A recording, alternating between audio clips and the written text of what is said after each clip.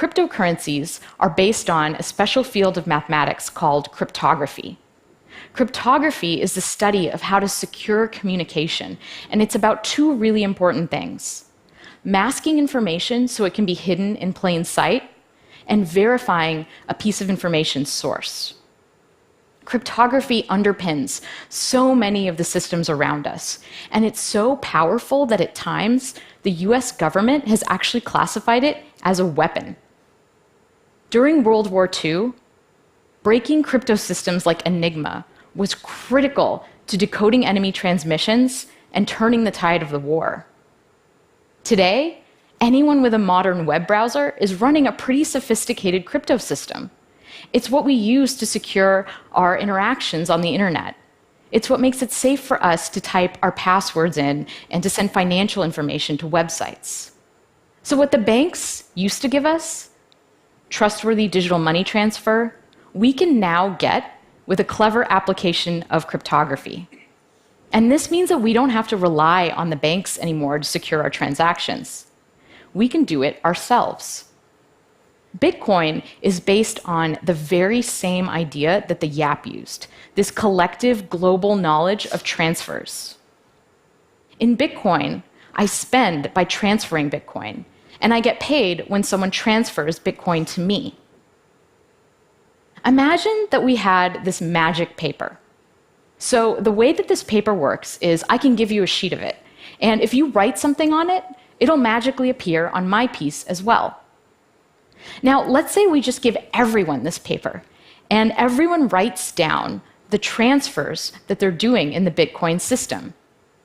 All of these transfers get copied around to everyone else's pieces of paper, and I can look at mine, and I'll have a list of all of the transfers that are happening in the entire Bitcoin economy. This is actually what's happening with the Bitcoin blockchain, which is a list of all of the transactions in Bitcoin, except it's not done through paper. It's done through computer code running on thousands of networked computers around the world. All of these computers are collectively confirming who owns what Bitcoin. So the Bitcoin blockchain is core to how Bitcoin works. But where do Bitcoins actually come from? Well, the code is designed to create new Bitcoin according to a schedule. And the way that it works is that to get those Bitcoin, I have to solve a puzzle, a random cryptographic puzzle. Imagine that we had 15 dice, and we were throwing these dice over and over again. Whenever the dice come up all sixes, we say that we win. This is very close to what these computers are all actually doing. They're trying over and over again to land on the right number. And when they do, we say that they've solved the puzzle. The computer that solves the puzzle publishes its solution to the rest of the network and collects its reward, new Bitcoins. And in the act of solving this puzzle, these computers are actually helping to secure the Bitcoin blockchain and add to the list of transactions. Now, there are actually people all over the world running this software, and we call them Bitcoin miners. Anyone can become a Bitcoin miner. You can go download the software right now and run it on your computer and try to collect some Bitcoins.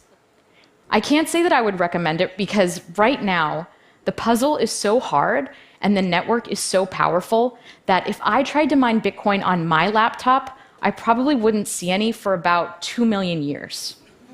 The miners, professional miners, use this special hardware that's designed to solve the puzzle really fast.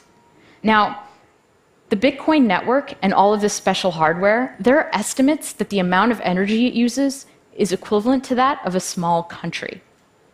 So the first set of cryptocurrencies are a little bit slow and a little bit cumbersome. But the next generation is going to be so much better and so much faster. Cryptocurrencies are the first step to a world with a global programmable money. And in a world with programmable money, I can pay anyone else securely without having to sign up or ask permission or do a conversion or worry about my money getting stuck. And I can send money around the world.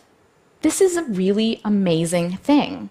It's this idea of permissionless innovation. The internet caused an explosion of innovation because it was built upon an open architecture. And just like the internet changed the way we communicate, programmable money is going to change the way we pay, allocate, and decide on value. So what kind of world does programmable money create? Well, imagine a world where I can rent out my healthcare data to a pharmaceutical company.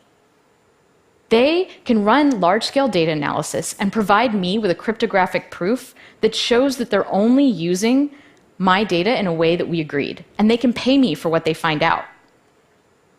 Instead of signing up for streaming services and getting a cable bill, what if my television analyzed my watching habits and recommended well-priced content that fit within my budget that I would enjoy?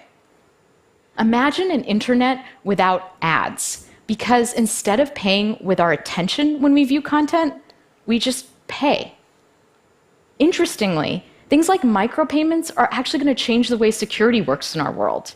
Because once we're better able to allocate value, people will use their money and their energies for more constructive things. If it cost a fraction of a cent to send an email, would we still have spam? We're not at this world yet, but it's coming. Right now, it's like we're in a world that is seeing the first automobile. The first cryptocurrency, like the first car, is slow and hard to understand and hard to use. Digital money, like the horse and carriage, works pretty well, and the whole world economy is built on it. If you were the first person on your block to get a car with an internal combustion engine, your neighbors would probably think you were crazy. Why would you want this large, clunky machine that breaks down all the time, that lights on fire, and is still slower than a horse? But we all know how that story turns out. We're entering a new era of programmable money, and it's very exciting, but it's also a little bit scary. Cryptocurrencies can be used for legal transactions, just like cash is used for crime in the world today. When all of our transactions are online, what does that mean for surveillance? Who can see what we do? Who's advantaged in this new world and who isn't? Will I have to start to pay for things that I didn't have to pay for before? Will we all become slaves to algorithms and utility functions? All new technology comes with trade-offs. The internet brought us a lot of ways to waste time, but it also greatly increased productivity.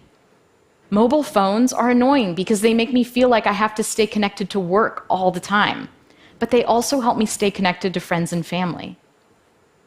The new sharing economy is going to eliminate some jobs, but it's also going to create new flexible forms of employment.